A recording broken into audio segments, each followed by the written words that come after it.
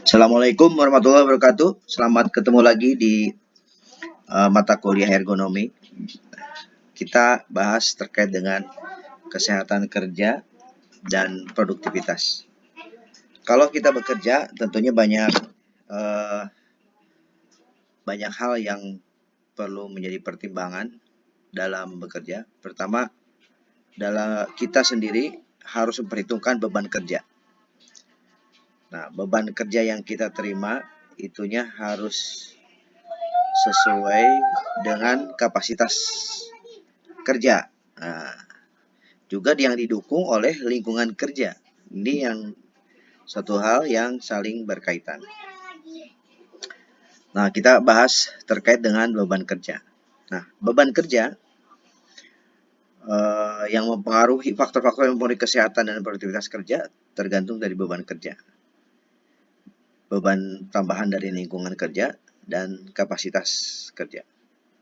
Di mana untuk dapatkan derajat kesehatan tenaga kerja yang optimal dan produktivitas kerja yang tinggi, maka 3 faktor itu yang hendaklah menjadi seimbang, serasi. Jadi 3 hal ini harus menjadi pertimbangan supaya tidak terjadi ada ketimpangan.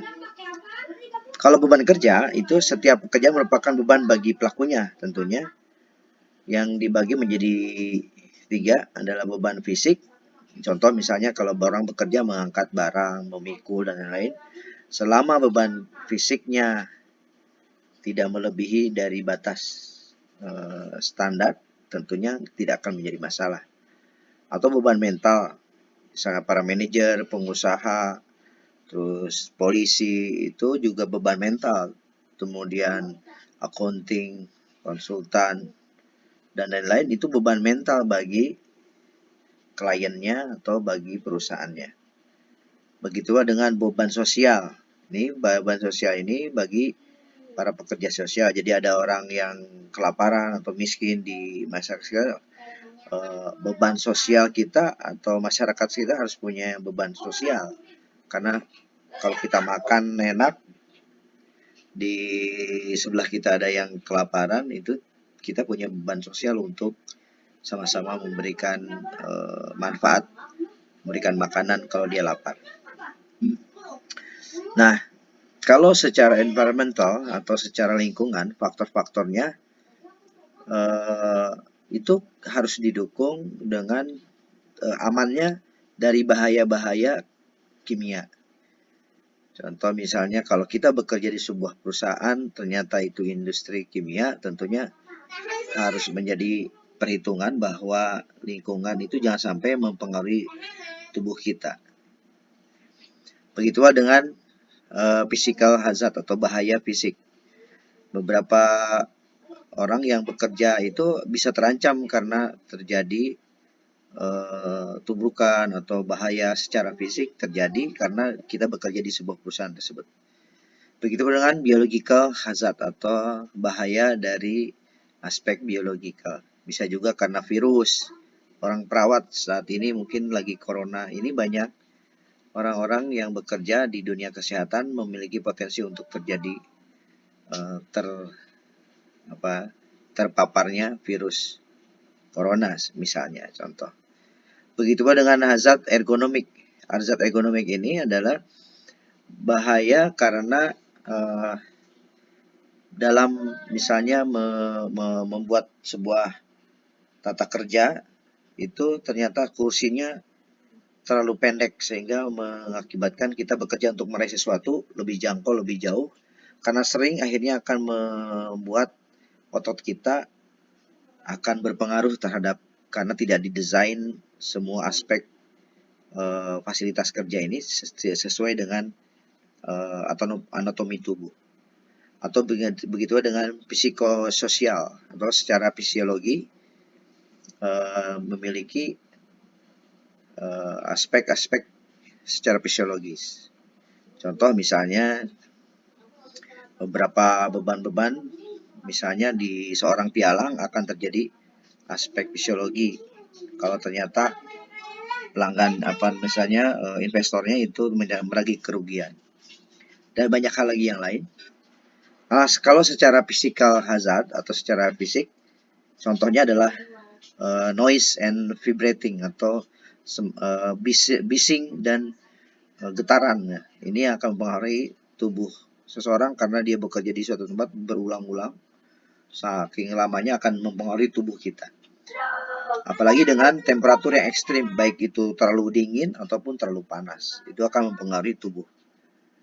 Bagaimana dengan ionizing radiation? Nah, apalagi yang bekerja di suatu pekerjaan di suatu tempat yang ada radiasi, ini akan mempengaruhi juga.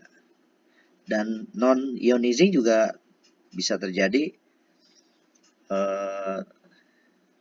juga di suatu, itu semua resiko itu akan mungkin terjadi. Apalagi dengan pressure extremes. Misalnya orang bekerja di sebuah perusahaan yang sangat terancam karena ancaman-ancaman secara fisik dari pihak yang lain. Nah, beban tambahan dari lingkungan kerja itu bisa juga karena faktor fisik, misalnya suara, bising, suhu, iklim, ya panas, radiasi, tekanan udara, penerangan juga bisa juga karena getaran. Kalau faktor kimia bisa gas, uap, partikel aerosol, misalnya debu, kabut, awan, asap, terus kemudian cairan, pelarut juga. Atau faktor-faktor biologi berupa virus, bakteri, jamur, ini juga sudah saya jelaskan tadi.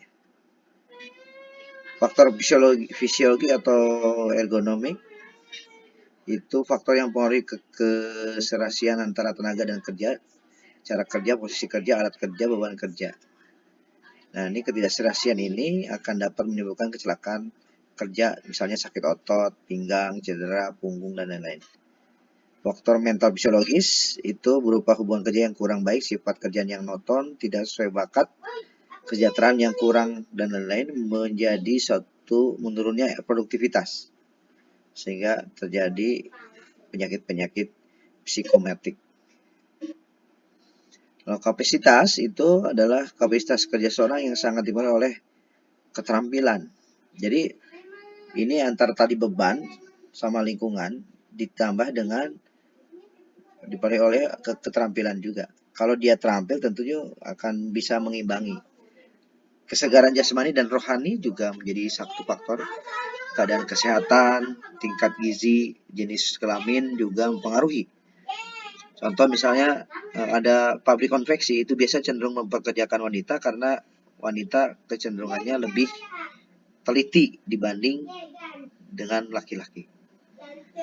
Jenis kelamin itu ya. Kemudian umur juga mempengaruhi juga. Semakin tua akan memiliki kemampuan yang menurun. Kemudian ukuran-ukuran tubuh juga mempengaruhi karena contoh misalnya seorang pilot itu diterima tingginya dengan tubuh tinggi yang tertentu, sehingga tidak bisa, ini terkait dengan ergonomi juga menurut saya. Nah, tugas 3 ergonomi ini adalah tugas personal, mencari jurnal terkait dengan produktivitas, kirim ke sememiharja@gmail.com Selasa minggu depan. Jangan lupa tuliskan subjek emailnya adalah tugas 3 ergonomik, nama sama NIM-nya. Oke, demikian. Terima kasih. Wassalamualaikum warahmatullahi wabarakatuh.